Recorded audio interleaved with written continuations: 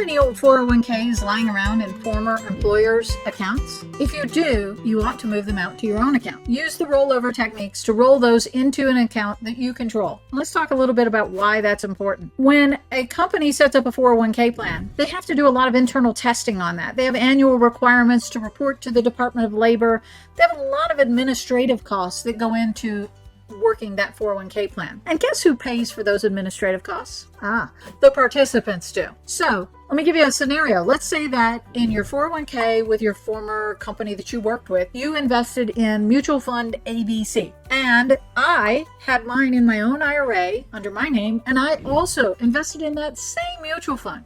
And we had the same amount of money to start. At the end of the year, we each get our statements. And we sit down to dinner and we compare them. Whose account balance is higher? Are they the same? I'll let you know a secret. They are not going to be the same. The one who is under the corporate plan will have made less money and have a lower balance than the person who has their own IRA under their own administration.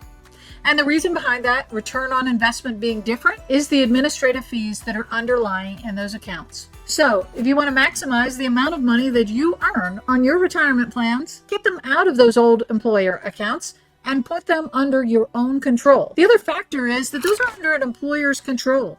So if you need emergency access to it, if you need to do something to it, reallocate it, are you reviewing where that money is invested? Those things are going to be much more difficult to do under your old company's ties. Move all that money into one IRA or retirement account through your own business, have control over it, and do the allocation correctly. Work with a financial advisor to make sure that you are properly diversified for your risk tolerance and that you don't have 5 straggling accounts laying at different places and not knowing how bad your allocation is. You may be over allocated into some riskier things or into too many duplicate investments. So do yourself a favor, work with a financial advisor, and get all of that money under one account that's under your own control.